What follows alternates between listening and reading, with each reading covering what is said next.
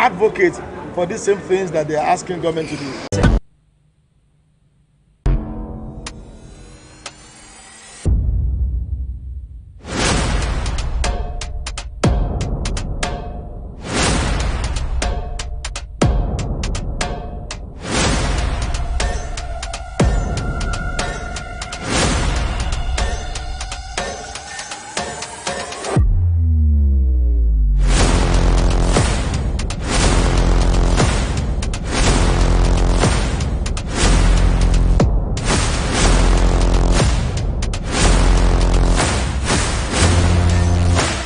All right, welcome back from that beautiful report. I'd like to also welcome our guest on the show today, Eric Bifa. He's a lecturer with English Department, University of Port Harcourt, but he's speaking to us today also as a public affairs analyst. Good to have you here. Great to be here. Thanks, Vivian.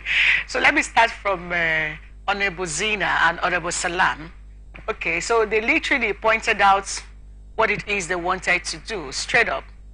That is need to provide adequate security for children.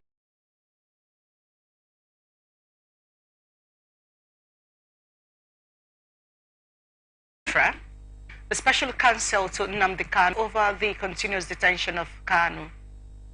Ejimako, who posted on his X account, said in 1984, Nigerians lost their visa-free travel to the UK because of the botched rendition of Omar Diko, and it was the rendition of Mazen Nnamdi Kanu like his people would to the fullest. Okay, accuse him of whatever you want to accuse him, detain him, imprison him or something.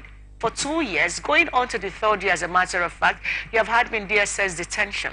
You're here talking about treaties that we are signatories to.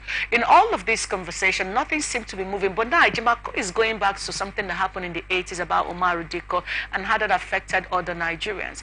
Do you think this will ever get to that point? Well, you can't rule it in the extraordinary rendition, as they called it, of Nnamdi Kanu. I am sure that if the Kenyans knew that that trial is going to take this embarrassing turn, where it's going to continue ad infinitum, where even in instances where courts grant him relief, the Nigerian government deliberately flouts or just, ignores those court orders, then I'm sure they wouldn't have, played the role they did in his arrest. I hate to sound like a broken record, but unfortunately it appears that's what the mass is way out of this, because it's becoming a national embarrassment. It's even, having the opposite effect of what the government intends for it to have. If the government is truly desirous of bringing peace to the southeast, then it's imperative that the government should pay attention to the status of Mazen Nnamdi Kanu. I mean, if you can't expedite the trial, then you should do something about providing him relief. At this moment, as we speak, legally, Nnamdi Kanu is not a convict; he's just a suspect pending trial, and I mean, you can't just you can't detain him ad infinitum. It's not even working. You're going to provoke his followers. You're going to worsen the security situation in the southeast. Except there is a hidden agenda in all this to stall development in the southeast, to keep the southeast perpetually backward, which I can't even take beyond the Nigerian authorities. Except that's the case. Otherwise, I don't even see the logic in detaining Nnamdi Kanu forever.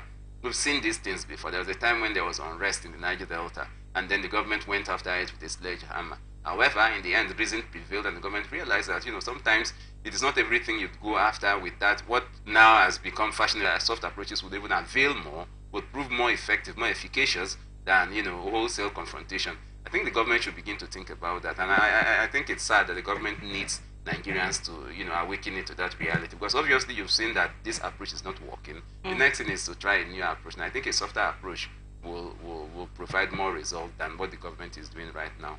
Well, we'll keep our fingers crossed and hope that something would happen. I will always go back to ask, why is it difficult for politicians to keep their promise?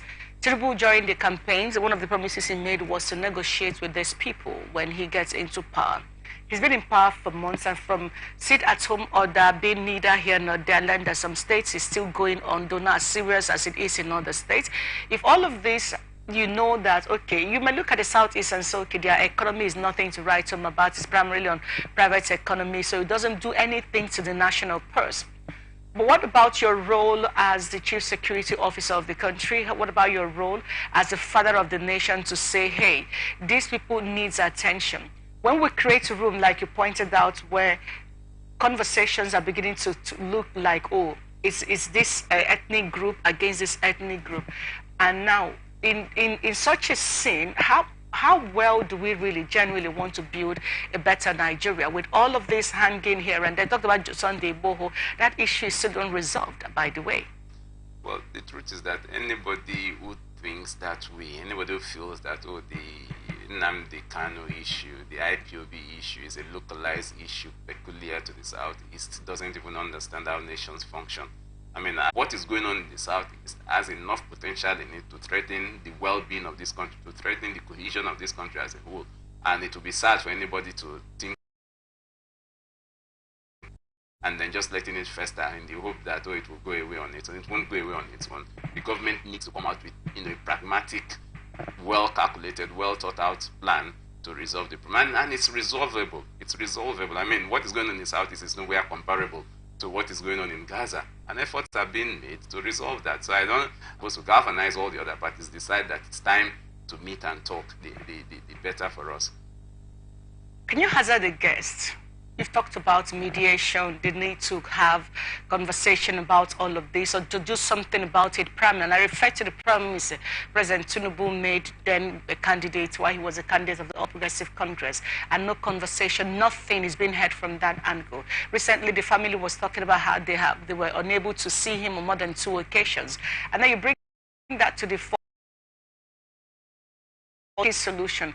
Can you hazard any guess that may be possible to the minds of maybe his followers or any Nigerian listening or anybody listening from any part of the world to say mission in the South is other than military kinetic approach? Well, it seems to me that the government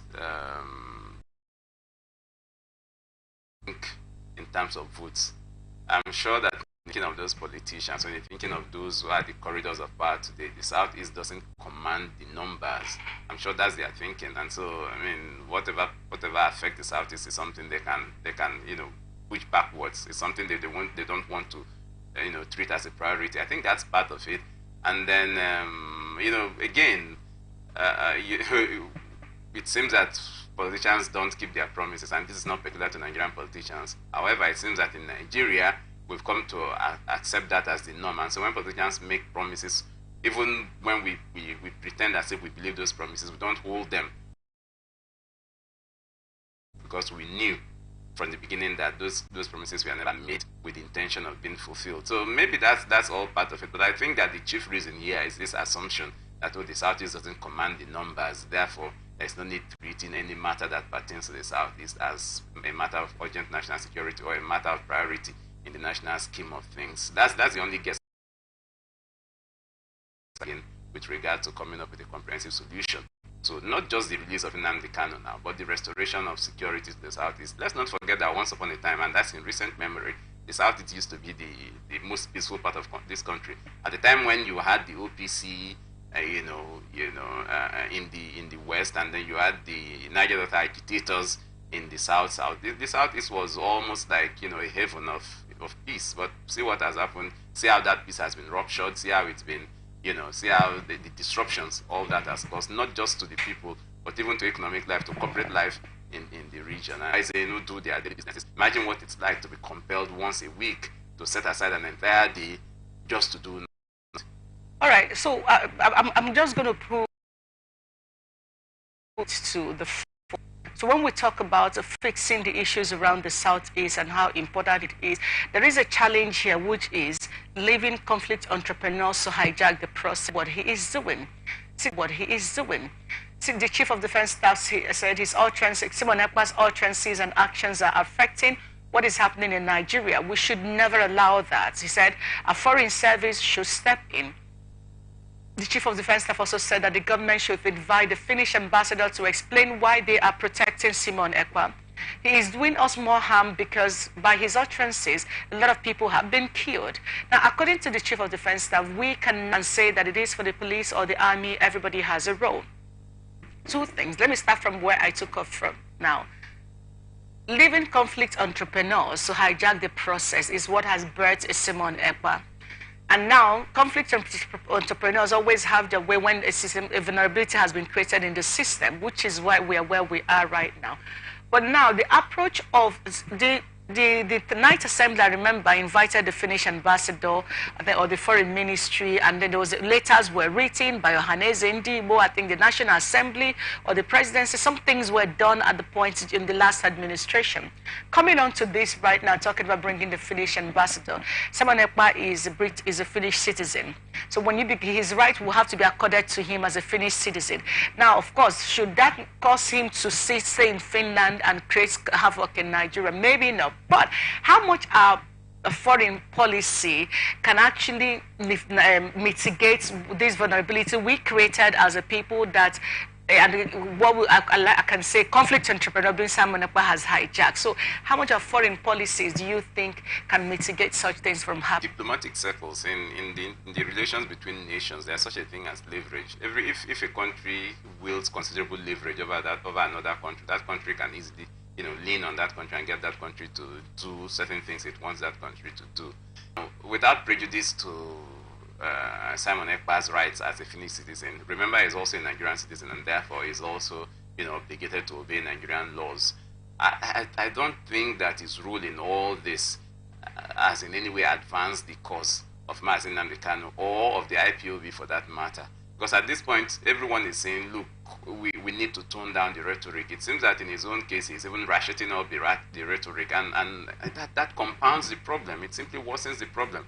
At some point, I begin to wonder if Simon Ekpa isn't a fifth columnist in all this, because, even on more than one occasion, I think the IPOB has had to come out to disown him. And I think it's something that should make us pause for thought. And Finland's role in all of this begins to make me feel that Finland doesn't regard Nigeria as an ally. Because, if you're an ally, then you should think about the stability of a country that you consider an ally. What Simon Ekpa is doing, jeopardizes the security of a significant segment of this country. That is the Southeast. And I think that our Foreign Affairs Ministry, our diplomats ought to engage the Finns more frontally, more decisively, to see if they can help us. If we have any extradition agreement with the Finns, then we should see if we can use that as a basis to get Simon Ekpa to come and face, the repercussions or the consequences of some of his very, very infuriating, inflammable utterances. So I think it's something we need to think about. It's something that he himself look itself in the mirror. We could have, channeled ordinarily belief and trust that they should have in the elite. They now have it in, people like Simon Ekpa. Because if the Nigerian elite had been true to the pull of the East, whether we feel like admitting it or not, we know that the East has suffered significant neglect in the distribution of resources in this country. And when your position towards government is